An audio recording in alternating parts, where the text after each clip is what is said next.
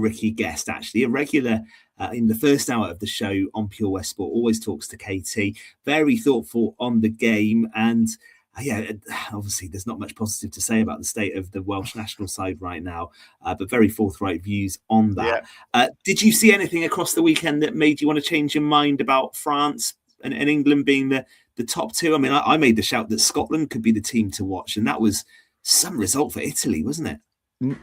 It was. I mean, none of the actual results surprised me, or the manner of the games. I expected France to beat Ireland with room to spare. Expected England to beat Wales with room to spare.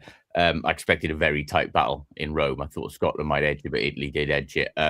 Yeah, look, we said it's a big championship for Scotland, this, because we've been waiting so long for them to take the next step, and we've heard so much about progress there. They haven't converted progress into a serious championship challenge yet, though. And Saturday was the sort of game you have to come through and win in the pouring rain in Rome if you are going to challenge the championship, and they fell short of that. Look, Italy, a very formidable side now. Traditionally, over the years, you've talked about the big Italian packs with the boot of Diego Dominguez or whoever they've had at 10 behind. But this is a team that can play. And even those conditions, the 2 tries they scored out wide were good. They can play behind now as well. So they are a match for anyone. It'll be interesting on Saturday because I think they'll have a lot of resilience against Ireland. This isn't an Ireland team that looked particularly good in Paris. They only started really playing when the game was gone. And I think Ireland will be tested by Italy. For sure. England, I think, need to go up another gear. And this is the almost frightening thing. I wasn't that impressed with England Saturday. I think they could have been more clinical than they were.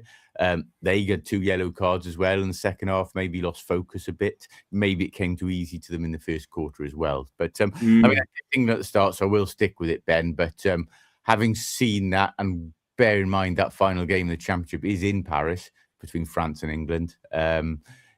Maybe France are slight favourites at the moment, but England have got a big test now Saturday. They've got to come through the Calcutta. Yeah, because you think Scotland will be really fired up for that as well, and looking to bounce back from that performance in Italy. So that will be a tough game. The Calcutta Cup will be a big one on Saturday. This has always been the irony of Scotland, Ben. I think when you put Scotland in a position where they have to assert themselves and the expectation to win the championship, they haven't been able to produce. But a wounded Scotland, an underdog Scotland, especially in the Calcutta Cup, will be very dangerous. Yeah, indeed. So those are the 2 Saturday games. And then, of course, as we said with Ricky, Wales-France is Sunday afternoon at 3:10. I'll be hopefully watching the England game on Saturday. You did the Llanelli half yesterday.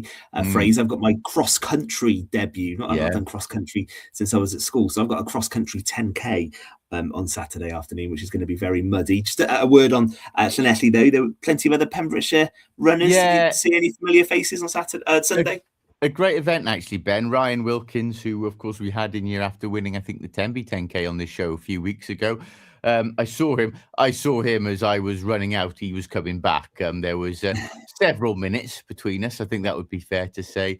But no, good to see a few minutes in front of me with Martin Langdon, of course, well-known goalkeeper in his County West Wales Cup winner with Johnston. He's a very good runner now. So I did actually track him for a bit, which helped pull me along to 1 hour 33, which was better than I expected. Chris Ormond, good footballer. He's just turned to running. He was there as well. Mikey John, of course, who, is doing 6 half marathons, I believe, in 6 months to raise awareness of Tourette's and raise money for important charity there. Saw him too. So it was nice to see some Pembrokeshire faces. A really good event, actually. Great turnout in Llanelli. And like I said, the weather, thankfully, was settled for it. So I wouldn't go too far as say I enjoyed it. Well, I'm not enjoying it today anyway. But no, it was a good occasion and good to see some familiar faces for sure. Great stuff. Yeah, it has a good reputation, Llanelli half, actually. Yeah, very good. Yeah, running is a good one. I think for people who are London Marathon training, often use that Llanelli half as a bit of race practice. That is actually what Martin Langdon's doing. He was using it as a build up to that, and he'll be fine, Langy. I have to say, I'm not doing a marathon until September this year, and I'm so glad, given how bad the weather has been, that I'm not marathon training now, because I was this time last year. And the weather on Saturday was great. I went out for 5.5 miles, and this time last year I'd had to do 15, and I can't wait wait for summer marathon training. I really can't. It's going to be a novelty this year, and I'm going to enjoy it. Early morning runs, hopefully in nice weather, will be good. I don't know whether you were finished in time to catch any of the Swansea game yesterday afternoon, Fraser, but just a very quiet whisper that Swansea could be dark horses for the playoffs after that 4-0 win. Well, initially I was hoping to go, but they moved it to a 12 o'clock kickoff, and it's putting quite a bit of pressure on myself to finish the half marathon and get from Llanelli to Swansea for kick. So I decided not to use that as a motivating factor. Yeah, look, Sheffield Wednesday are in dire straits, aren't they, financially and on the field? But you still got to put them away, and Swansea haven't been clinical previously this season, so it was good to see that.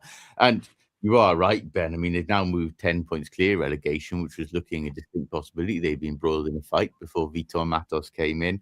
Look, 5 points off the top. We know what the championship's like, don't we? We know it can fluctuate so easy. There's still a long way to go, and a lot of teams between us and the top six. I think more realistic is consolidating where we are now and maybe having a push next season. But I've seen this script before, unfortunately, Ben, with Swansea.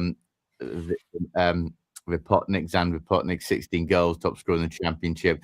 When Swansea have an outstanding performance, we usually know what's coming next summer. So without being negative, we'll hold on that. But they are playing a much better game. The brand this guy's brought in, he seems to know what he's doing. So yeah, it's certainly improved since Matos has come in. Fair play to him.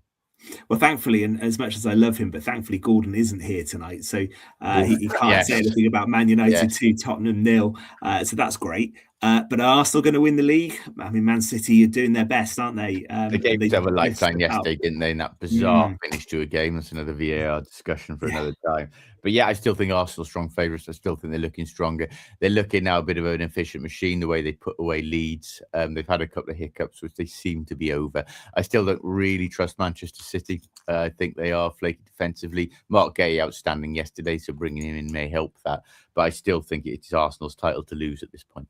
But it does seem to be that way. You have the know-how in a title race, of course. So I did watch the longest opening ceremony I think I've ever seen for an Olympics. It was the Winter Olympic one last week, and I went to the San Siro last year, a great stadium, so I was interested to watch that. But blimey, that didn't half last a long time. It was about 4 hours, wasn't it? Have you followed any of the Winter Olympics, Fraser? It's always good to see a few different sports on, I always think. There's certainly a novelty factor around it, isn't it? There's intrigue around it. I do try and follow it. I think, sadly, that intrigue has maybe waned over the years because there's so many more stations and broadcasts, and these sports are, whether it be Eurosport or TNT, a lot more of these previously minority sports are now shown all year round. So I think the intrigue that used to come from basically seeing these winter sports only once every 4 years, I think that's maybe been diluted a little. But it's still free to air. I still like to watch it. It is different. It is different, of course.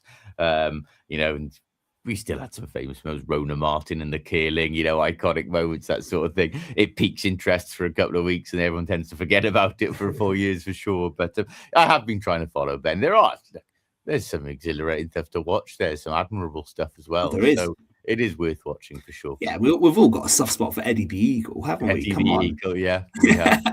Absolute legend. Torval and Dean. There's still some iconic British names that have come from those games, obviously. Yeah, exactly. What's the film? Cool Runnings as well. Cool Runnings, Jamaican bobsleigh team. That's right. They've qualified for this one again. They have, yeah. They have. And there's the one that I always like as well, which includes a bit of skiing and like a bit of archery as well. What's that one called? There's a duathlon and biathlon skiing events, aren't there? And look, they are physically exhausting events, those cross-country skiing. People underestimate, I think, the exertion that goes into that.